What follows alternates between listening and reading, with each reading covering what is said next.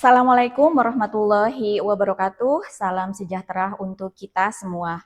Perkenalkan, nama saya Musayyaroh STRKes MSI. Saat ini saya sedang ditugaskan sebagai dosen di jurusan Teknologi Laboratorium Medis Poltekkes Kemenkes Surabaya. Beberapa mata kuliah yang saya ampu sesuai dengan bidang keilmuan saya antara lain kimia darah, kimia enzim dan elektrolit, kendali mutu, urinalisa cairan tubuh, dan kimia klinik. Pada kesempatan kali ini, saya akan mendeskripsikan mata kuliah kimia klinik, di mana mata kuliah ini diberikan pada mahasiswa semester 2 program studi sarjana terapan TLM dengan bobot SKS 2 SKS dengan kode mata kuliah TLM.6.34.24. Perkuliahan ini diselenggarakan sebanyak 16 kali pertemuan, di mana 14 kali pertemuan penyampaian materi dan 2 kali pertemuan evaluasi, yaitu berupa UAS dan UTS. Pada mata kuliah ini dibebankan capaian pembelajaran lulusan pada CPL 2 dan CPL 3, di mana CPL 2 dan CPL 3 telah tertuang dalam rencana pembelajaran semester yang telah diverifikasi oleh Ketua Program Studi. Adapun capaian pembelajaran mata kuliah yang diharapkan, yaitu CPMK 1, mahasiswa mampu melaksanakan, menginterpretasikan, dan mengevaluasi hasil pemeriksaan laboratorium, elektrolit, gas darah, kimia klinik, hematologi, virologi, sitohistologi untuk mendukung diagnosis dan pemantauan penyakit jantung secara akurat dan sesuai prosedur. Kemudian CPMK 3 yaitu mahasiswa mampu mengidentifikasi, menganalisis, dan menilai kualitas mikrobiologi sampel dengan metode kultur dan uji biokimia sesuai standar biosafety, serta mengevaluasi hasil pemeriksaan laboratorium. Pada mata kuliah ini, mahasiswa akan mempelajari beberapa pokok bahasan di antaranya. Yang pertama adalah mekanisme pembentukan urin secara fisiologis dan patologis. Yang kedua, mekanisme pembentukan feses secara patologis.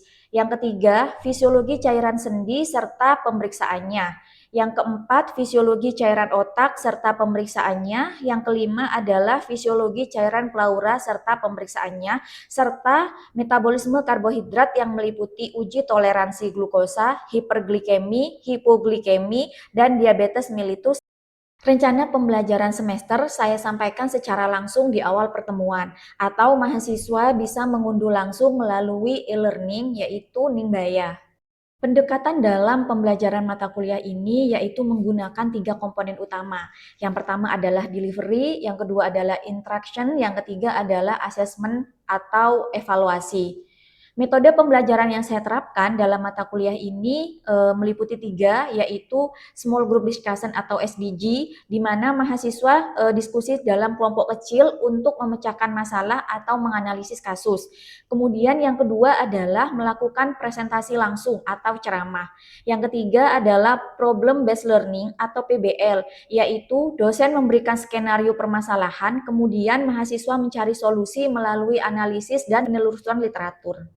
Mata kuliah ini didukung oleh berbagai pembelajaran seperti e-learning, kuis interaktif, Canva, serta buku ajar. Penilaian yang dilakukan dalam proses pembelajaran ini meliputi penilaian formatif, di mana penilaian ini dilakukan selama proses pembelajaran berlangsung, meliputi kuis, tugas individu maupun kelompok, serta penilaian sikap dan keterampilan. Adapun penilaian sumatif yang saya lakukan berupa penilaian akhir, yaitu diperoleh dari hasil ujian tengah semester dan hasil ujian akhir semester. Untuk komponen penilaiannya meliputi tugas sebanyak 30%, kemudian kuis 10%, UTS 30%, dan UAS 30%. Referensi yang saya gunakan dalam mata kuliah ini bersumber dari buku yang saya tulis sendiri bersama tim, buku rujukan dari para ahli, serta jurnal ilmiah baik nasional maupun internasional. Berikut adalah video materi pembelajaran pada mata kuliah kimia klinik pertemuan kelima dengan materi analisa cairan pleura dan interpretasi hasil pemeriksaan. Assalamualaikum warahmatullahi wabarakatuh. Waalaikumsalam warahmatullahi wabarakatuh. Selamat pagi. Selamat pagi. Gimana kabarnya hari ini? Baik. Baik. Gimana? Tadi malam sudah sempat mempelajari tentang mata kuliah yang akan kita pelajari?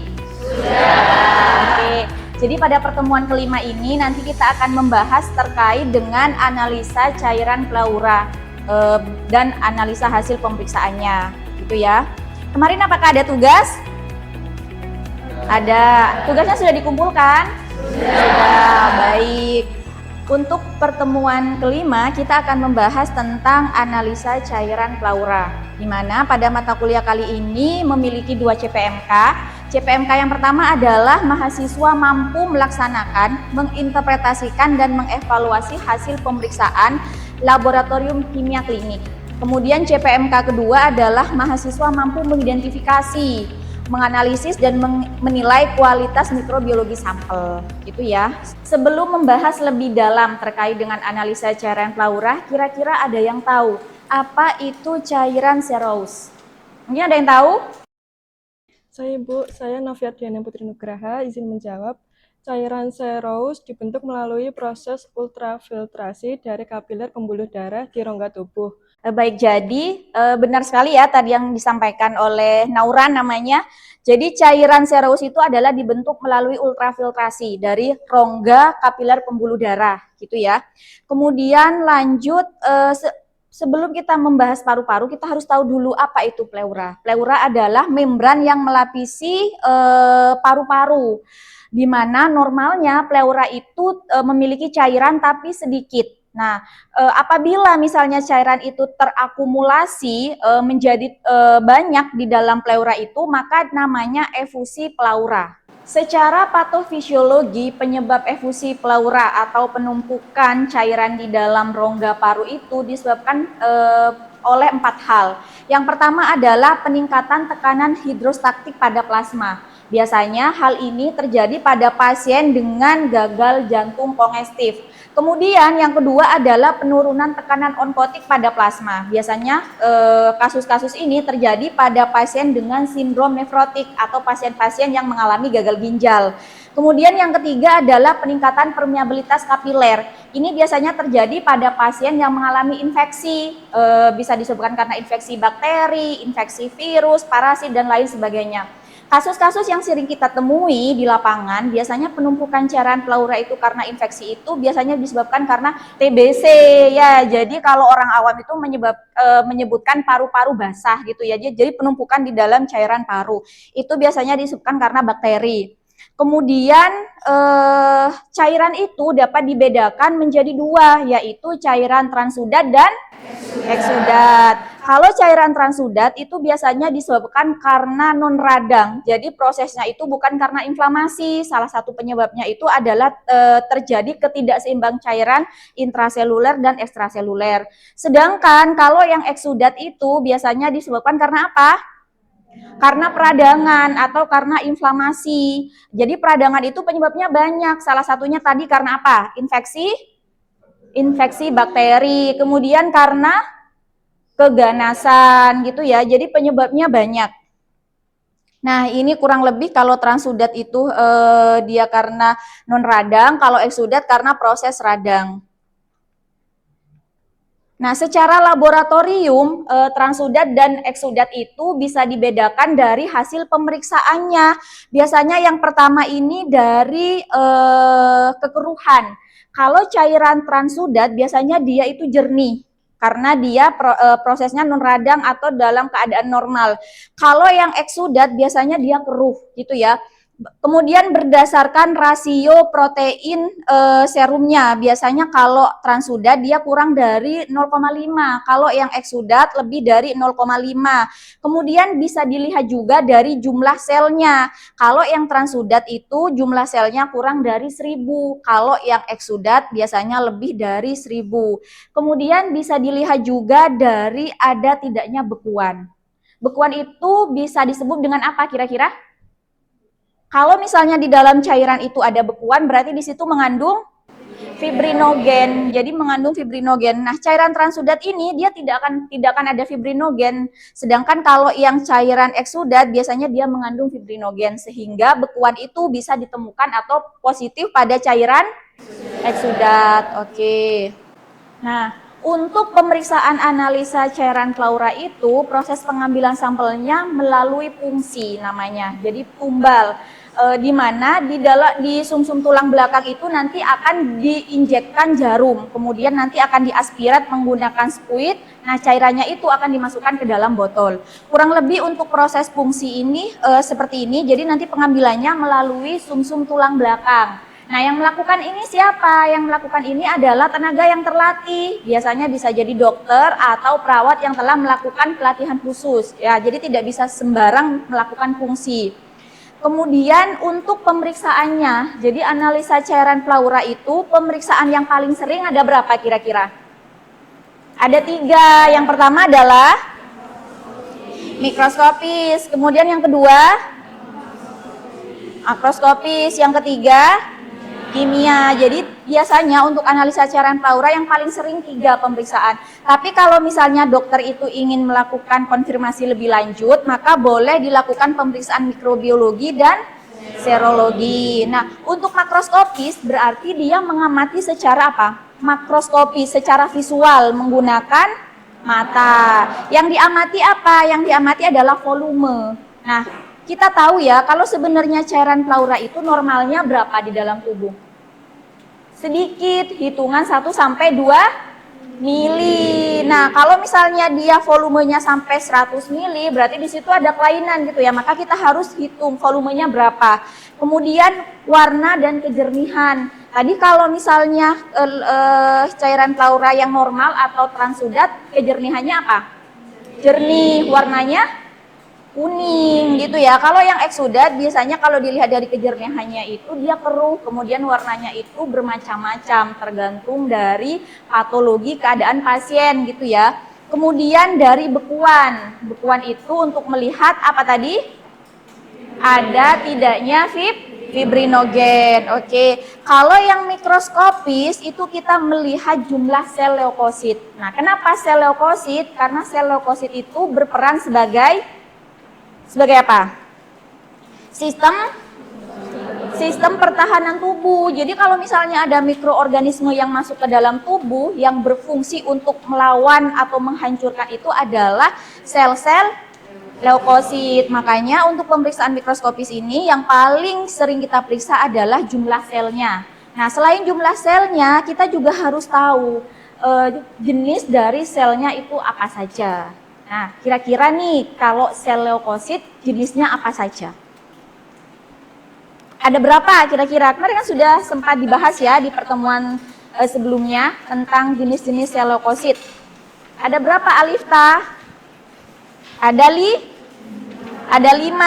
Apa saja, Fadil? Yang pertama adalah monosit. Yang kedua adalah limfosit. Yang ketiga adalah neutrofil, yang keempat adalah eosinofil, yang terakhir adalah basofil. Jadi itu adalah macam-macam dari sel leukosit. Oke. Kemudian untuk pemeriksaan kimianya yang kita lihat adalah senyawa kimia apa saja yang ada di dalam sampel. Salah satunya adalah protein, glukosa, dan enzim. Enzim ini namanya LDH atau laktat dehidrogenase, di mana enzim ini biasanya dikeluarkan pada keadaan-keadaan tertentu. Kalau orang normal biasanya LDH-nya ini rendah gitu ya. Nah, protein ini nanti pemeriksaannya bisa secara kualitatif dan kuantitatif. Kalau kualitatif menggunakan apa? Pemeriksaannya namanya Privalta. Kalau yang kuantitatif menggunakan metode apa? Biuret. Menggunakan alat apa? Fotometer. Oke, kalau glukosa kalau secara kuantitatif pemeriksaannya menggunakan metode GOD PAP. Alatnya menggunakan fotometer juga. Oke. Kemudian secara ini yang 3 ini pemeriksaan umum yang biasa dilakukan ketika ada pemeriksaan analisa cairan pleura. Kemudian kalau yang khusus ini ada 2, ada mikrobiologi dan serologi. Jadi cairan pleura itu kalau misalnya klinisi menduga adanya infeksi pada paru-paru, misalnya dari anamnesa, batuk, berkepanjangan, panas, demam, dan lain sebagainya, kemungkinan dia infeksi, maka harus dilakukan pemeriksaan mikrobiologi, yaitu bisa berupa kultur, bisa juga berupa BTA. Ada yang tahu BTA itu apa? Bakteri tahan asam. Itu untuk mengidentifikasi bakteri apa kira-kira? TBC, Mycobacterium tuberculosis. Oke.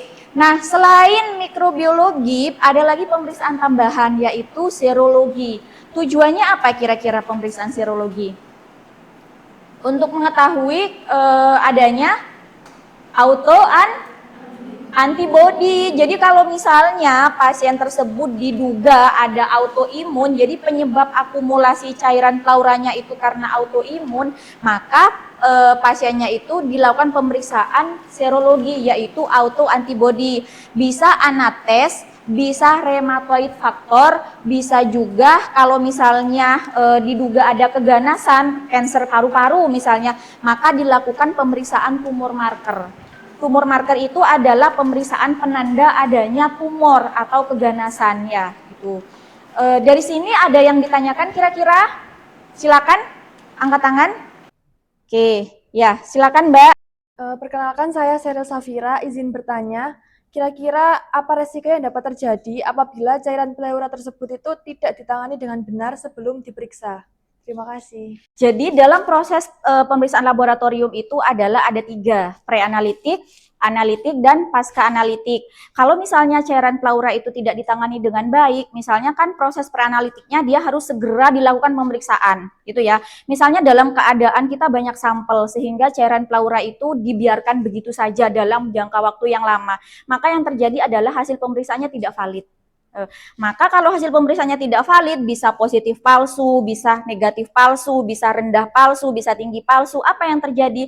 Maka nanti intervensi ke pasien pun tidak akan benar gitu ya, karena hasil pemeriksaan yang benar itu akan menentukan langkah klinisi selanjutnya. Dari hasil lab yang kita keluarkan itu akan menentukan intervensi apa yang akan dilakukan oleh dokter ke pasien. Jadi kalau melakukan pemeriksaan itu harus benar-benar secara validitas, kemudian itu diperhatikan.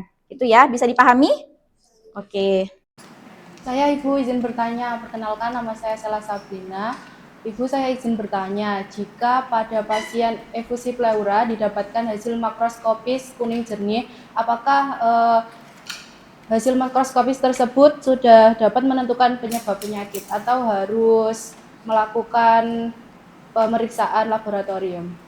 Baik, balik lagi. Jadi pemeriksaan analisa cairan pleura secara umum itu ada apa saja? Makroskopis, mikroskopis, dan kimia. Apakah hanya dengan melakukan pemeriksaan makroskopis kita sudah bisa melakukan diagnosa? Tidak. Jadi kita tidak bisa melakukan diagnosa hanya berdasarkan pemeriksaan makroskopisnya saja. Nah, kemudian apa yang harus kita lakukan? Yang harus kita lakukan adalah, tadi kan sudah dipaparkan tabel pemeriksaan ya. Kalau Transudat contohnya tadi cairannya jernih, kalau Exsudat cairannya itu keruh, kemudian kalau Transudat jumlah selnya kurang dari 1000, kalau Exsudat jumlah selnya lebih dari 1000. Nah, dari hasil pemeriksaan itu kita compare mana yang mengarah ke Transudat, mana yang mengarah ke Exsudat. Nah, setelah di-compare, oh misalnya pasien ini Exsudat. Exsudat itu kan karena apa tadi? Karena proses peradangan. Proses peradangan itu kan banyak penyebabnya. Apa salah satunya? Infeksi bakteri, kemudian apa lagi? Tumor dan lain sebagainya. Nah, dokter itu nanti sebelum dilakukan pemeriksaan itu ada namanya anamnesa. Jadi dari hasil mikroskopi saja tidak bisa menentukan pasien itu sakit apa. Tapi kalau tadi dugaannya ke infeksi bakteri, maka harus dilakukan pemeriksaan konfirmasi, yaitu pemeriksaan kultur atau BTA gitu ya. Apa sudah terjawab? Oke. Saya Ibu izin bertanya, perkenalkan saya Ella Faransika. Saya izin bertanya, apa saja faktor yang mempengaruhi saat pemeriksaan? Jadi faktor yang mempengaruhi hasil pemeriksaan itu ada 3 komponen utama ya. Yang pertama itu adalah dari apa tadi tahapannya? Preanalitik, yang kedua analitik, yang ketiga pasca analitik. Kalau di preanalitik itu adalah yang pertama adalah kualitas sampel. Sampel yang kita pakai untuk pemeriksaan itu adekuat atau tidak. Contohnya gini, ketika melakukan pemeriksaan fungsi pengambilan, di situ kan akan diperoleh mungkin 1 botol cairan pleura. Nah, di dalam botol itu ada sampel yang dia mungkin ada lendirnya, kemudian ada darahnya, warnanya mungkin lebih purulen dan lain sebagainya. Maka sampel itu yang harus diambil, gitu ya. Kemudian yang kedua adalah dari analitik. Analitik itu adalah proses pemeriksaan terkaitan dengan alat dan reagen. Jadi alatnya itu harus dipastikan dalam keadaan baik. Jadi dikontrol dulu sebelum dilakukan pemeriksaan, dikalibrasi dulu gitu ya. Kemudian yang ketiga adalah pasca analitik, pelaporan. Pelaporan ketika misalnya kita menyampaikan hasil ke pasien itu tidak boleh salah. Tidak boleh kita salah ketik, tidak boleh misalnya hasilnya negatif ditulis positif, tidak boleh. Jadi sebelum hasil itu dikeluarkan maka harus dilakukan proses yang namanya apa? Verifikasi dan validasi hasil. Apa bisa sudah diterima? Oke, mungkin cukup itu yang bisa saya sampaikan terkait dengan pembelajaran hari ini. Ada lagi yang ditanyakan? Cukup. Kalau cukup, ini saya ada kuis ya. Jadi nanti tolong, tapi kuisnya ini per kelompok. Jadi akan diberikan kasus permasalahan, nanti tolong dijawab gitu ya, diskusi sebentar, kemudian nanti disampaikan jawabannya apa. Nah, nanti akan dibuat 2 kelompok besar ya, kelompok 1 dan kelompok 2. Kelompok 1 ini nanti akan membahas kasus 1, kelompok 2 ini nanti akan membahas kasus 2.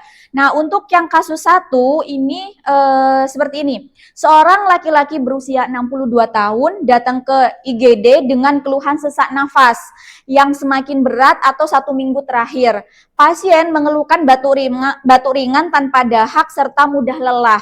Tidak terdapat demam maupun nyeri dada. Riwayat pasien menunjukkan menderita gagal jantung kongestif selama 5 tahun terakhir. Kemudian rutin mengkonsumsi obat.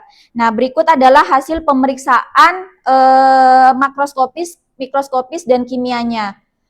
Kemudian untuk kasus permasalahan yang harus dipecahkan adalah yang pertama, berdasarkan hasil pemeriksaan makroskopis tadi, bagaimana karakteristik dari cairan plasma itu. Jadi dianalisa gitu ya. Kemudian yang kedua adalah tentukan itu termasuk cairan apa. Apakah termasuk cairan transudat atau cairan eksudat gitu ya. Yang ketiga adalah jelaskan mekanisme terbentuknya. Misalnya tadi ketemu cairan transudat, maka nanti dijelaskan mekanisme pembentukannya itu seperti apa. Kemudian yang keempat adalah kira-kira berdasarkan data tersebut pasien ini menderita apa, gitu ya. Yang terakhir adalah pemeriksaan laboratorium konfirmasi atau pemeriksaan laboratorium tambahan yang harus dilakukan itu apa. Pertanyaannya bisa dipahami? Bisa. Oke, kalau bisa dipahami silakan dikerjakan.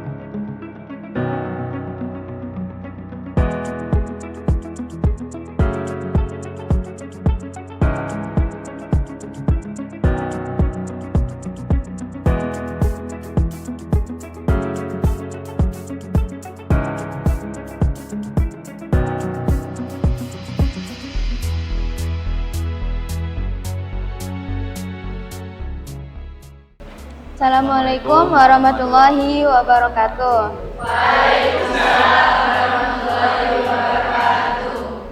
Perkenalkan, nama saya Afifatu Zahro. Perkenalkan, nama saya Fadur Adi Hidayat.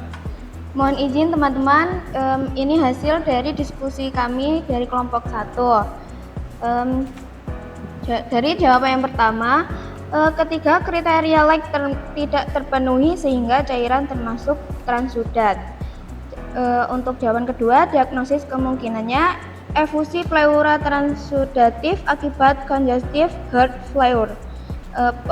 Untuk patosiologinya, pada gagal jantung terjadi peningkatan tekanan hidrostatik kapiler paru sehingga cairan keluar menuju rongga pleura karena membran kapiler masih utuh. Protein dan enzim tidak ikut keluar dalam jantung besar sehingga kadar protein dan LDH rendah. Selanjutnya ada pemeriksaan tambahan seperti BNP atau NT sampai pro BNP. Yang kedua ada foto toraks serial, yang ketiga ada ekokardiografi, yang keempat ada analisis elektrolit, yang kelima ada kultur bila dicurigai infeksi. Kesimpulan, diagnosis laboratorium efusi pleura transudat akibat gagal jantung kongestif. Assalamualaikum warahmatullahi wabarakatuh.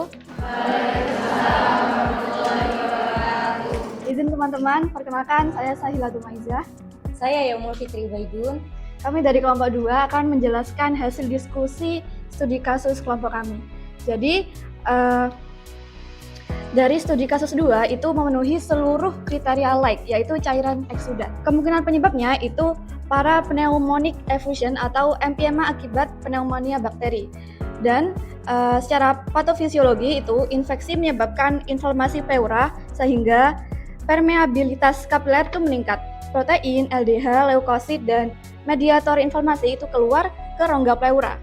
Aktivitas metabolik bakteri dan neutrofil itu mengonsumsi glukosa dan menghasilkan asam laktat sehingga glukosa serta pH cairan menurun. Pemeriksaan tambahan. Yang pertama yaitu pewarnaan gram. Yang kedua, kultur bakteri. Yang ketiga, ada uji kepekaan antibiotik. Yang keempat, hitung jenis leukosit. Yang kelima, ada jika dicurigai tuberkulosis. Yang keenam dan yang terakhir yaitu sitologi, bila dicurigai adanya keganasan. Karena tadi sudah menjelaskan tentang studi kasus masing-masing dan mahasiswa juga sudah melakukan diskusi, maka untuk pertemuan hari ini kita cukupkan. Kurang lebihnya saya mohon maaf, semoga pertemuan di hari ini membawa manfaat dan kebaikan untuk kita semua. Assalamualaikum warahmatullahi wabarakatuh. Waalaikumsalam warahmatullahi wabarakatuh. Sampai jumpa di pertemuan minggu depan. Sampai jumpa, Ibu. Terima kasih, Bu. Sekian video pembelajaran untuk mata kuliah Kimia Klinik pada program studi Sarjana Terapan TLM. Video ini dibuat sebagai salah satu syarat penyusunan dokumen pernyataan diri dosen dalam unjuk kerja Tridharma Perguruan Tinggi atau PDD UKT-PT untuk sertifikasi dosen. Semoga video ini bisa memberikan manfaat. Akhir kata saya ucapkan terima kasih. Wassalamualaikum warahmatullahi wabarakatuh.